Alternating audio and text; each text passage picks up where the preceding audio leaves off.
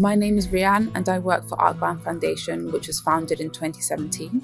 We are an organisation that is governed by a board of trustees who make the key decisions while staff work as a team alongside a steering group. I work as an assistant editor and manager of operations from our Bristol office. The work I've been involved with is planning and organising writing workshops with the local charities such as the homeless drop-in centre called the Wild Goose, organising our annual Occupy project which plants 1,000 trees every year, as well as assisting and managing with the publication of various books. The books we produce epitomise Arkbound's main ethos and mission to address the inequalities in our society, as well as environmental issues.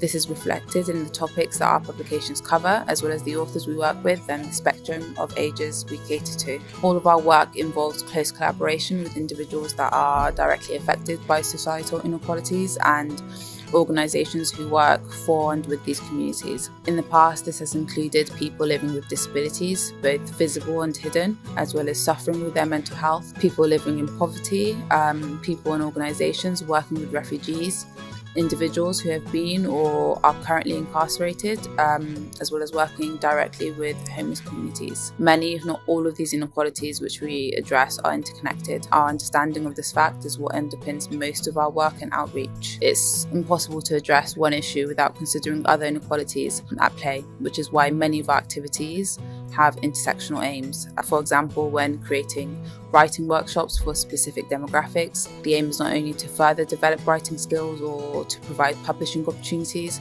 but also it's an opportunity for individuals to be included in social spaces. It can be a reprieve from everyday life, as well as a psychoanalytical process for many, helping to reduce the effects on mental health caused by, as well as a result of poverty, incarceration, homelessness and displacement, as well as working directly with the people and communities that our work helps to give a voice to. Our organisation is made up of individuals with lived experiences of poverty, disability, incarceration, as well as people from marginalised groups. This means our work is informed by shared experiences, both from within and outside of our organisation. This influences the way we approach different communities, as well as the way workshops and programmes are created so that they benefit specific target groups, rather than having a rigid system in place that doesn't consider people's circumstances, environment and restrictions. We're constantly reviewing how the organisation operates and how it can be improved to work better for those we work with through feedback from authors and participants of our programmes, which means our approach is continually being improved and evolved to better serve these communities. Through our workshops and publications, we work towards destigmatising experiences and identities considered to be other or outside of societal norms, as well as to educate as many people as possible about the diverse experiences of people pushed out from society and ignored. Re-education is imperative to helping ignite meaningful change within an informed and compassionate society, increasing community participation in creating new systems and services to help those most in need in a way that is valuable and life-changing for them, and moves away from relying on governments, as well as to weaken divides between different communities and identities.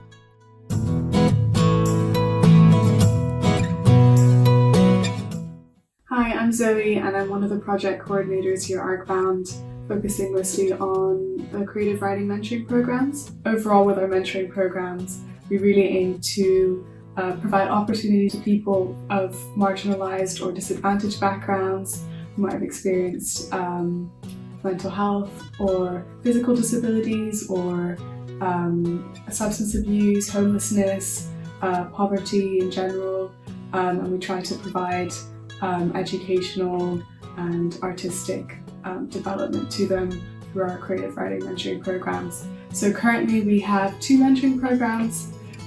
Firstly, we have Writing Within Walls, which is a mentoring program where we pair prisoners or people with experience of custody with a writing mentor for a period of 6 months, and they exchange letters throughout this period.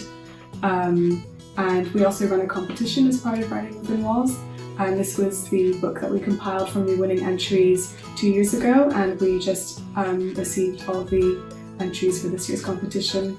and we'll be making a book, an anthology for that as well. We also run our Bridging Literary Divides mentoring program, where we pair authors from a disadvantaged background with established authors or literary agents in the industry to help them access more resources and also get tailored support with their work and help them get published. I also coordinate Arkbound, which is the charity's crowd publishing or crowdfunding website, and through Arkbound we aim to support authors and independent publishers to raise funds for the publishing costs of their books.